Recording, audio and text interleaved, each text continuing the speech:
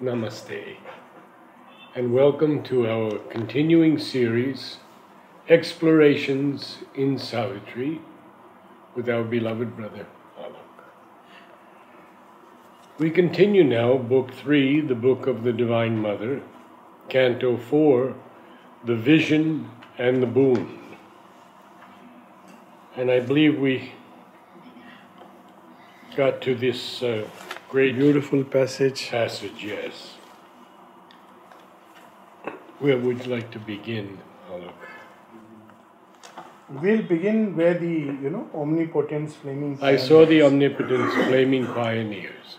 Beginning with I saw the omnipotence flaming pioneers, page 343, about 10 lines from the bottom. Yes, so this is the vision. Shobinda is describing the vision of the future that is going to come.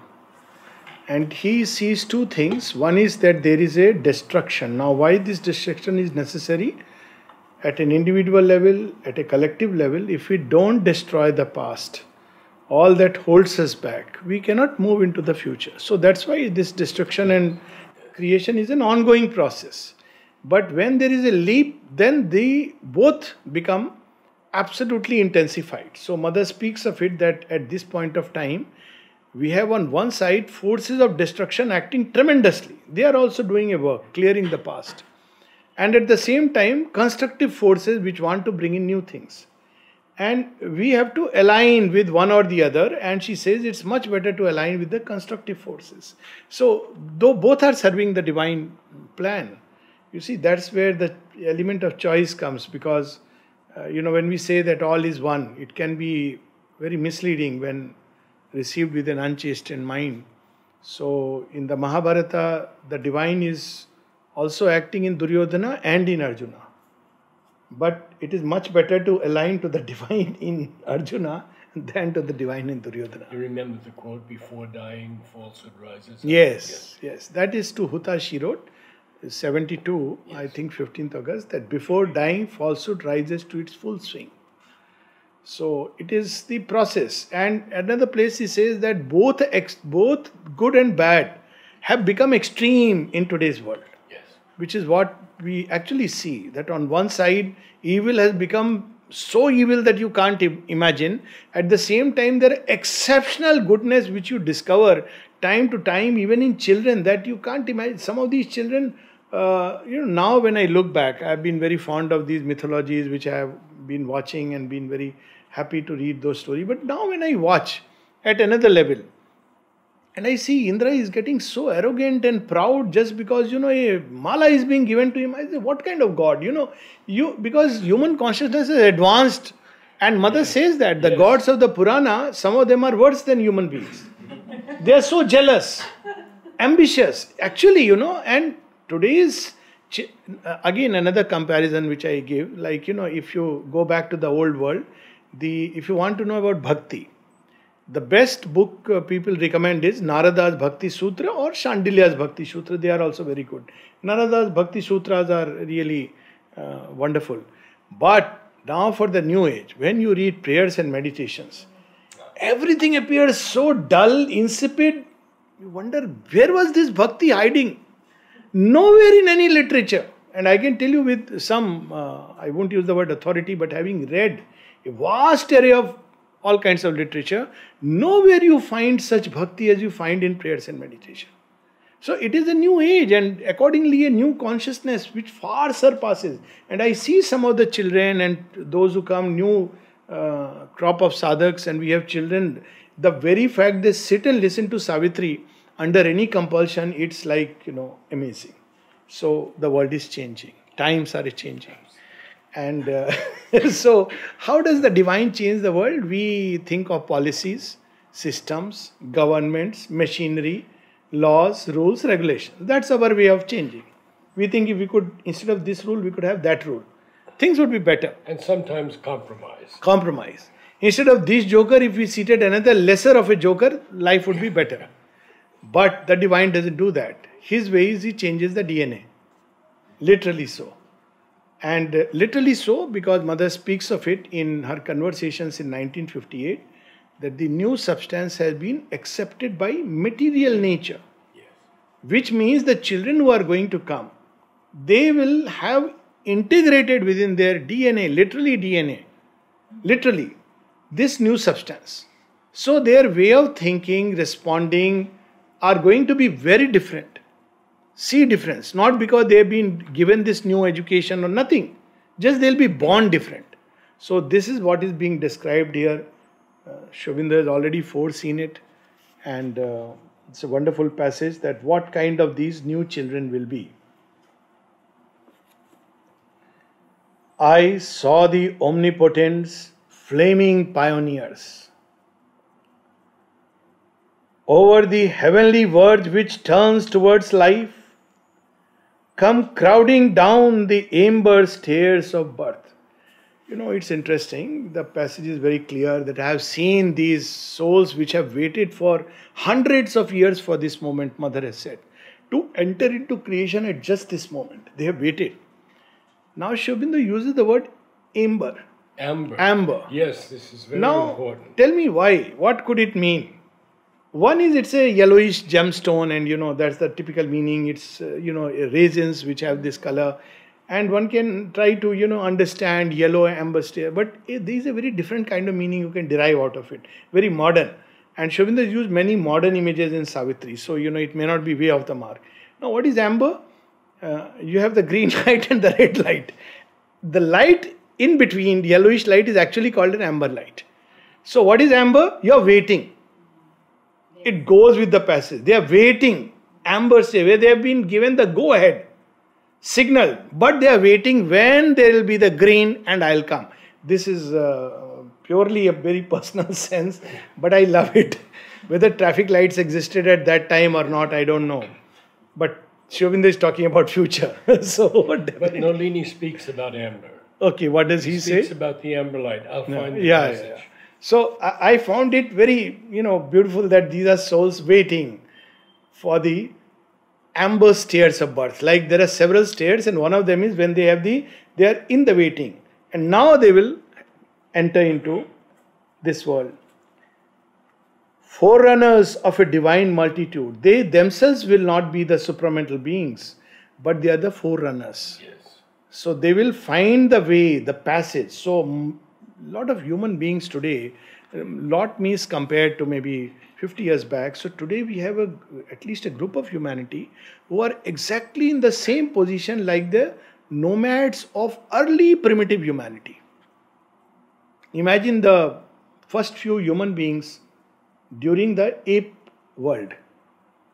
And they just don't know who they are, what they are, why they are. Apes are curious about them. Other human beings are curious about each other. They don't even know how to survive in this jungle. And they must have gone through a lot of pain, struggle. It's not easy, to survive amidst an animal world where you understand nothing about anything and you lack the vitality of the animal. You don't have the strength of the animal, and yet you are destined to be the crown of creation after a million years. They are carrying the burden of humanity, literally. But they get the fire. They get the fire. So here also we have flaming pioneers. Yes. So they are born with a fire which is going to change things. Yes. So there is a group of humanity which begins to feel itself strange, which cannot identify itself with the social norms and laws of the time. Yes. And Mother describes it very beautifully. The Superman will find his social and ethical standard not in any external rule of conduct, but within, in his own intuitive sense. This is what is happening today. So these are forerunners of a divine multitude. Now multitude again gives a sense of a growing, something which is growing. It is not a fixed number. It is something which is growing, multitude. Out of the paths of the morning star they came. So here we have again, see, morning stars. What are these morning stars? So it is, just when the night is setting and yet it is not completely gone. That's when you have these morning stars. So out of the paths of the morning star they came into the little room of mortal life. Their consciousness is so vast that they feel this body and the limited milieu in which they are born as something very constricting, stifling. That's why today children want more space. Simply because, they feel stifled within. If you have too many do's and don'ts and restrict them, they don't feel happy. Because they embody a higher and larger consciousness. So, Shubhinder is describing so beautifully into the little room of mortal life. Yes. You tell them that you must take a job, you must earn a livelihood, get married, have children. They find it, for this we have come. It's so silly. I saw them cross the twilight of an age. So we are going through that twilight when one age is changing into another. So Kali Yuga is receding and the new Satyuga is coming. And during that phase they are coming. These sun-eyed children of a marvelous dawn, the great creators with wide brows of calm. Sun-eyed children, they carry a light within. It's something very interesting. As if they already have received the touch of intuition. If you see the hierarchy of planes, it is from the illumined mind onward that there is light within the eyes. Higher mind, birthplace of religions, there is a daylight. But you don't embody the light. But they carry the light. They are guided by it. And so sometimes they use the word. I felt, inside I felt like this and I thought, let me go with the flow. Whatever, way it may be understood and, there may be also vital flows and all these things. But they carry some kind of a light of intuition, however dim it may be. Just like the early humans had a mental spark, but very dim. But that was what they had to develop. Today we carry a spark of intuition which we don't quite understand. That my heart is indicating in this direction. Should I not? Then there is everything else around which says no, and it's unfortunate. Many times we succumb. Would you say the psychic is open? Yes. Also it has reached a certain stage of development because psychic has been now on earth for human psychic for a million years. So surely many psychic beings have reached a stage of development. So these are the sun-eyed children of a marvelous dawn. Never before such a dawn has come. The great creators with wide brows of calm. They are not creating in an agitated, excited way. But something, and we see today, even whether it's technology or music, these creations are very different from those hasty creations which, one can indulge into from the vital. The massive barrier breakers of the world. Tell a child, today's child, don't do it. Sure, he will do it. Even it's in film, it has come as a dialogue, no? What I don't say, I definitely do. I mean, even in those most frivolous of things, we see this sense has come. You give me a challenge, I want to take it. The previous generation, or maybe previous to previous, if you say don't do, okay. Why you are not doing? Mama has said this. Today, Mama, why do you say this? Because they are new children. Can't help it. They are born like Hanuman. You tell Hanuman, don't, you are not supposed to go beyond the boundary of the stratosphere. He says, no, I want to go to moon. Sun, not moon. And eat it. It's a sign of the kind of children. You give a challenge and they want to, they love challenges. And they understand immediately right from wrong. Oh, that sense is there. Though it's not our right and wrong, it's a different. They are still struggling, but they are moving in that direction, which is no more a set standard pattern of right and wrong. At least that they are broken free from. Now, once you break free from that, you will discover your inner law. It will take some time, maybe 100, 200 years. People will make mistakes, but that's the only path. There is no other way. Earlier, right and wrong was decided by community, society. Now it's gone. So, you fumble and stumble, and at the end, and while the elders grumble, let me add, at the end you will discover through the jumble some path. I like to give the example of the child who, the phone rings and the child picks up the phone. And he says, Dad, it's for you. And the father says, tell him I'm not here. The child knows immediately. But you are here.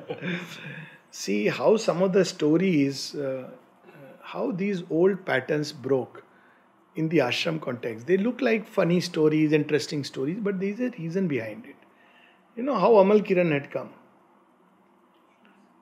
Not how he saw Sri Aurobindo's write-up in a when he purchased shoe, but that is, he came to know. But when he had to come, his parents put because he has to take money, no, from parents. So parents, grandparents, they all said, you can go, but only if you are married. She's too young, he doesn't want to get married. He discovers another girl who is in a similar situation. They got married just to come to Pondicherry. And how did they come? Then too. Because if you say we got married, now we are going to Pondicherry. What Pondicherry? So they go to Kolkata. All well planned. From Kolkata, they come all the way to Chennai after some time. And then they drop a telegram that we have come all the way to Chennai. We are thinking of visiting Pondicherry, so we are going ahead with it. All right, fine, few more days. Now, it becomes all. Imagine, can we imagine in those days somebody getting married just to travel all the way to Pondicherry? Is it right or is it wrong? See, look at the new yardsticks which are being set in those days. Now, anybody knows the name of this lady whom he got married? Most people are not aware. Daulat Pandey. Have you heard? She has written some nice stories for children. Now, this is totally a different kind of humanity which is going beyond anything we can imagine. And wrestlers with destiny in her lists of will. So, in the old generation, there was too much of acceptance. Acceptance is a good thing. But fate, karma, God's will, under that garb, anything and everything, chalta hai. From potholes on the road to all the social injustices, the attitude was chalta hai. Now, it's not chalta hai. They wrestle with destiny. Look, people talk about Indian thought as being fatalistic. But whenever they discuss, I say the answer is Savitri.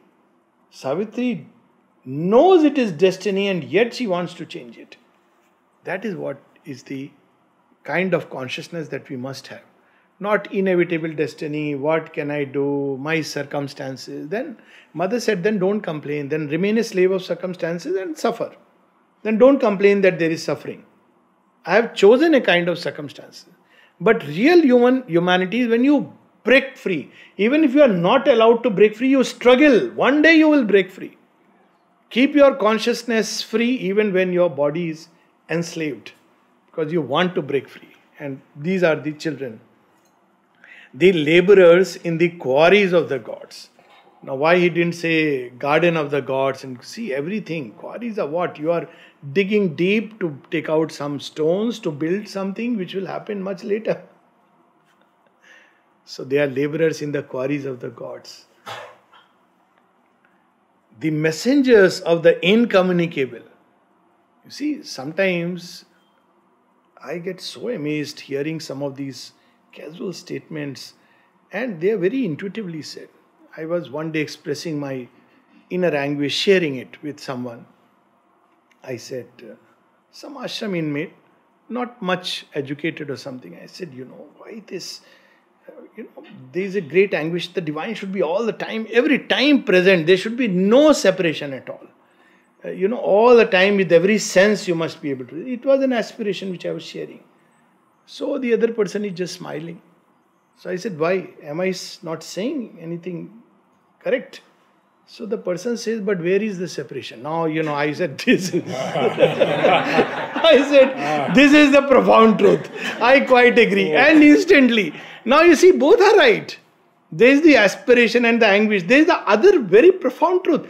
And this goes beyond Vedanta. If you look at it, these utterances which drop casually from the lips of so-called common humanity, they go beyond, what you find in scriptures, but where is the separation? Another ashram school student, now she is of course an ashram inmate, I have mentioned this earlier also. And she says she came to discuss this topic because she has to It's on love. So I said, okay, what is your idea about love? She says, the problem is that there is nothing else but love. That is how I look at it. I said, you don't need to speak. You just go and speak this much. This is more than what anybody can absorb. There is nothing else but love. Santosh, when she was in the last stages of cancer, he said, nothing wrong with me. Mother's with me every moment. So these are the moment she passed away, she was saying Mother's name. Yes. I've seen quite a few like that. It's amazing. I'm sure you have. Chinmayi, Maheshwariji's daughter. Yes, Chinmayi also. Cancer has spread all through the body for the 3 days at least. All through. Om Anandamayi, Chaitanyamayi, Satyamayi, Parme. She used to get tired and she would not be able to utter fully. She would become this thing. Then somebody had to just prompt her a little. Again she would start. This is not ordinary. People sometimes, are deceived by appearances. Looking here, nobody is wearing Girva Vastra or telling you, Bacha, sit down. I am going to discuss with you Vedanta. But this is not ordinary humanity which can be like this in the face of death. And I have seen amazing ones. So this is a new humanity. The messengers of the incommunicable, the architects of immortality. How do you build immortality? You build with this state of consciousness where there is no death. In the face of death, it's easy to say that, when you're not faced with the challenge, as you're saying, in the face of death, when medical opinion and everything, and your body is going to pieces, and yet you say, whether I live or die, I am. So that's the freedom from death. Architects of immortality. Into the fallen human sphere they came. So humanity is a fall. This Mother and Sri Aurobindo both have said, before humanity came, before the mind came, in animal life there is a spontaneity. There is no conflict. There is a natural ease. And then she says, even early humanity was very fine. First layer of mind. She says it was very beautiful. But the moment mind came to grow, it created a mess of life. And then she says it was a passage we had to go through. All that is another story. But she says that is what is referred to in the Bible as the fall. What is the fall? I want to know. No. Knowledge. But she says it's a passage. The end result, when you have gone through it, and then you have the faith, is far superior than the simple animal life which responds beautifully with a simple faith.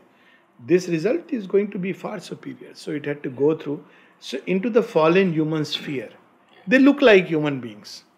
Can't help it because the body is not yet transmuted. But the consciousness is very different. Well, the first human beings who had not yet become Homo sapiens erectus, which is the last one, they look very much like it. They were also bent. If you really see them,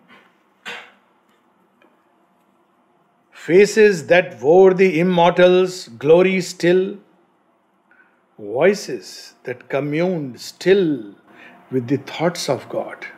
It's amazing lines. That what the divine has planned and implanted within us. They were still carrying those dreams in their eyes and carrying those thoughts. They were not yet corrupted files. Bodies made beautiful by the Spirit's light. These are so obvious and so beautiful lines. Carrying the magic word, the mystic fire, carrying the Dionysian cup of joy, approaching eyes of a diviner man, lips chanting an unknown anthem of the soul.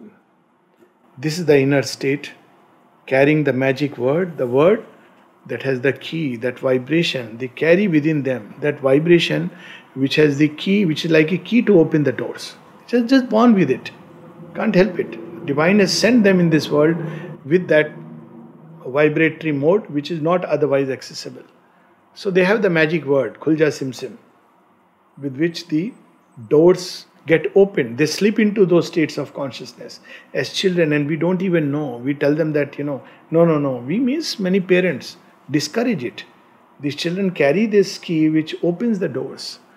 And the other thing which he says, a beautiful one, carrying the Dionysian cup of joy. The mystic fire, of course, is the psychic being. The Dionysian cup of joy. So we know Dionysius is a Greek god. Also in Rome, he is called as Bacchus. So he is our god of Soma. So if you see, typically he is described as the god of wine, fertility, and joy. So, but they believed in, they carried the joy of life, which is one thing which I find in these children more and more. They're just carrying a joy of life, so carefree. Parents keep burdening them. What are you going to do? Are you not bothered about their career? They're just really not bothered about the career. They seem to. So they are so happy. Just to be happy is so difficult in this world. Otherwise, children carrying a burden right from birth. Somehow they are born so much more free.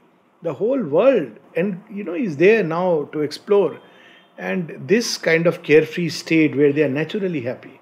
Of course, Dionysius was a tantric yogi in my view who encouraged his disciples could drink and enjoy and eat like a glutton. He said all this is nothing to do with your inner state, and he has been much misunderstood. It was also later on misused because it's very difficult to practice. It was one kind of tantra that probed for ananda in creation. So these are children of Ananda. If you want to put it in this way, carrying the Dionysian cup of joy, Anandasya putrasya. So sometimes they may have weird expressions like they're not serious. So you want them to be serious about life. They're not serious. It can take any number of expressions, but they are carrying something within them like the touch of that original wine, Dionysian cup of joy. They have the cup. Now it can get anytime touched and triggered. We speak often of the mantra. Yes. Or mantric lines in Savitri. I think every one of these lines, if we meditate yes, on them, yes, they are very powerful. Some of the highest mantric lines in all of Savitri.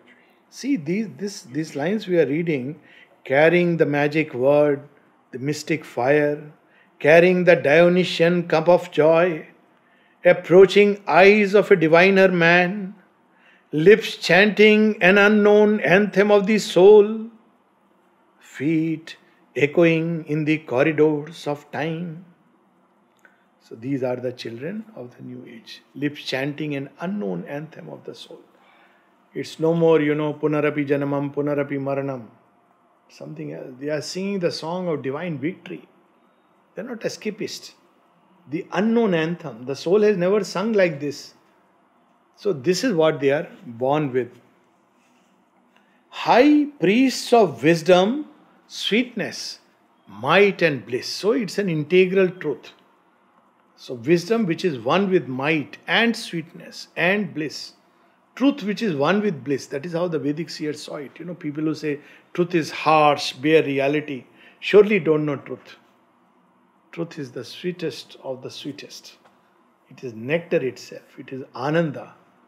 You know that you are approaching truth by the increase of ananda in your being.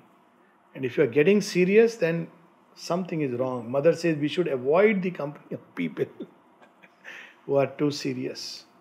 And then she says they are very boring people. Because they are too much into virtuosity. They have an idea of divine as being humanly virtuous fellow with a beard sitting out there. But divine is Ananda. And Mother says also that the first sign of the Superman will be power and strength. Because he has to protect himself. Exactly. So might is also there.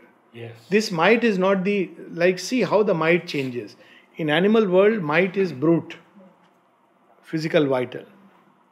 With coming of man, might is in the brain power. And with the coming of the Superman, the might is elsewhere located. It's right in the center of the heart. Yes. Very mighty. And people discover it that this is so powerful, it can change destiny. So, discoverers of beauty's sunlit ways. What a wonderful line it is. There is a whole prayer of the mother on this. I mean, not on this sentence as such, but which beautifully reveals the sense of this line. And it is a prayer mother dedicates to the Lord of beauty. And she wants to live the law of beauty. What are the beauty sunlit ways? It is everything in our thoughts, our feelings, our actions. Everything is refined and beautiful. That is the sunlit way of beauty. Not something which is just confined to externalities. And swimmers of love's laughing fairy floods. Fiery floods. Fiery floods, yes. It reminds of that famous Sufi line.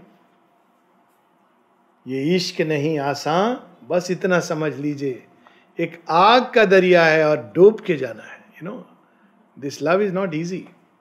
Know this one thing. It is a stream of fire and you have to drown in it and go. You can't fly over it. Drown means your ego must be burnt completely and only that pure grain of love remain. So they laugh at it, and rarely we find some mystics here and there, Bulle Shah and Kabir, who speak about this kind of love. And these children, they more and more they are, coming up carrying this kind of love, as I just mentioned. And dancers within rapture's golden doors, their tread one day shall change the suffering earth and justify the light on nature's face. Not governments. Governments are needed. Good government is very good. Make life comfortable, have nice rules, do away with archaic things. All this is important. But the real change comes when man changes. And their tread. So where is the hope? On these children. Not in those, especially those, you see, he describes high priests of wisdom. He doesn't say priest of this religion. Religions are gone. So we don't have hopes in those dated scriptures, dated, priest and all the machineries of religions that we find today. More often than not, they dissuade from the true hope. But hope is here, where these children are waking up to a wisdom. Few more lines. Although fate lingers in the high beyond, and the work seems vain on which our heart's force was spent, all shall be done for which our pain was borne. What a powerful assurance, promise. The Gita ends with a promise. Aham tva sarva papebhyo mokshishyami ma sucha. Here is another, yes, there will be struggle, difficulty, maybe a life or 2 lives, 3 lives. You may not see the result of what you are sowing. But all good farmers know that some of the best crops take time to come and they were patient in the waiting. And they know the seed is there and now they have to wait for the season. So Shobinda is saying, the seed has been put. Now I am just preparing the soil and the season. And note the word born. Yes. B-O-R-N-E. Yes. Not B-O-U. Yes. So we have gone through this, all this pain, suffering, with or without a reason. It is the labor pains of a new world. So that's how we have to understand it.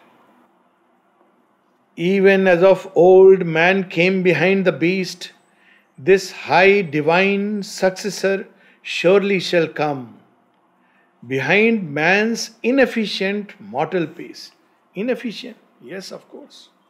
Thousands of years to learn how to, make some vehicle to carry you from place A to place B.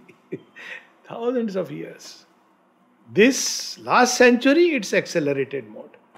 That's another thing. But if you really look, just before that last century, if you go back to battles were being fought with modified weapons which you had to carry in the hand, and look at 100 years. Look at the mode of travel. All those rath with ghoda and the difference was an ordinary person was having 1 ghoda, horse. A king had 4 or 5 with somebody driving the chariot. This was the difference from the horse age up till recently. Even horsepower. Suddenly there is an explosion. In every field if you see, there is a sudden explosion. and as if humanity has covered millions of years in 1 century. So he is assuring us behind man's inefficient mortal pace, because this consciousness had started working since Mother and Sri Aurobindo have been here. Not at collective level, but wherever there was a receptivity, Mother speaks of it. Yes. What are these gods whose hour has come to manifest? It's one of her early prayers. And she says, what else are these but the brilliant intellectual activity? And Sri Aurobindo notes about it, like Sir J.C. Bose and many others. All this was basically because the divine is present. The human mind was suddenly getting triggered. All around there was a hurried activity. All the gods must be saying, Ari, my God, the divine has come. We have not yet prepared. Let's inspire you beings. Suddenly they must have gone into a fast forward mode. And the result has been that last 1 century, human mind has gone into an accelerated mode of evolution. Now it's the next level, because you have to cover centuries. Behind man's inefficient mortal pace, behind his vain labor, sweat and blood and tears, he shall know what mortal mind barely does think. He shall do what the heart of the mortal could not dare. And what can be more daring than conscious evolution from the human to the superhuman? I can't imagine anything more daring, more adventurous. I mean, right through the body that consciousness must burst through. It's really a daring, because you run the risk of death itself. You look at it, it's a daring. The body has to adapt to this new consciousness, and the pressure increases as you grow. And if you cannot increase your receptivity and strength and wideness, even illnesses can come up. And yet you dare it, because that's what is worth doing. And the previous generation could not even comprehend anything beyond man, greater than man. Inheritor of the toil of human time, he shall take on him the burden of the gods. All heavenly light shall visit the earth's thoughts. The might of heaven shall fortify earthly hearts. So all the gods are on a high alert mode. They are working now 24/7. All the gods. Some of them are putting these thought currents in the brain. Some are tickling the heart, and there are movements which are taking place straight from here.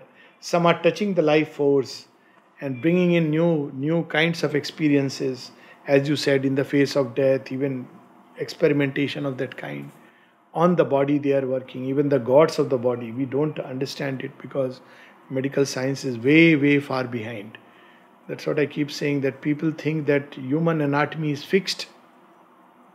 It's one of those big illusions. For this age, the anatomy itself is changing. We may not be able to note it. The cells themselves are changing. There have been odd studies about that. People have found some things here and there, but not going into it. But right now, even the gods of the body, if you read the Vedas, there are gods of the bodily life, elemental gods. There are gods of the life impulse, the gods which make the senses function. There are gods which work upon the thoughts, the Maruts, the Swift, the Indra, the Ashwins, who make the nervous system very strong and healthy. They build the chariot. What is that god? Twastri. He builds the chariot. So there are gods like that who are... Twastri, of course, interesting. He is once a human and he becomes a god. So he participates in building the chariot. It's the chariot with a human body on which Indra can ride. Normally, Indra, with his brilliant super activity of the mind, cannot use this human brain which is so small. Suddenly now the brain has been made into a vessel where Indra's lightnings can cleave through the brain, and kind of writings, kind of thoughts that pour upon all over the world in blogs. I don't visit, but I keep getting from here and there somebody, Alok, just see the blog, and I go and I find it so amazing that how these kind of thoughts are coming to human beings. So somewhere the brain is becoming ready. So all these gods are working. The might of heaven shall fortify earthly hearts. Earth's deeds shall touch the superhuman's height. Earth's seeing widen into the infinite. So Earth's deeds shall touch the superhuman's heights. Now, with the kind of things we have, it is difficult to say that whether all the stories we read in Puranas about Indra and the gods are taking place. Today I was reading about hologram. Now, holograms can now actually be created in such a way that you will get the tactile sensation. So you can touch it. Now, how you touch it? Simply because they have discovered that ultimately touch is because of pressure. So they have this ultrasound built-in mechanism that the moment you try to touch that hologram generated figure, you will get the pressure that the figure is also touching you. You can get the feel inside.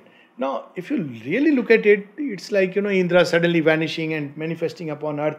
So these are technology available to the gods.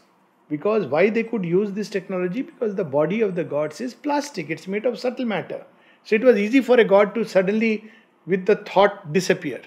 And once again manifest. Because they are in the thought world. But for human matter to do it, it's not possible. Because human matter is rigid. But now imagine that ways are being found to activate this in human matter. It's a question of time. People are already thinking of that. So superhuman heights, these are not ordinary things. And earth seeing widen into the infinite. The latest thing I've read, I don't know if I mentioned it before, but they're working now on hertz. And they're finding that 400,000 hertz has killed every form of cancer. New things, light, treatment by light, clearing the blood vessels. Yes. Now, of course, drug companies will not allow all this research to go through easily. Not yet. But maybe at the end of the day, we may just discover that walking in Pondicherry's sun was so good for health. We didn't really need anything else.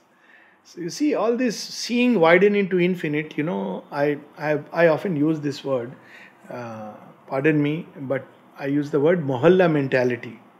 In times when I grew up in a little village, so everybody in that little mohalla, what is called street, not even street, it's less than a street.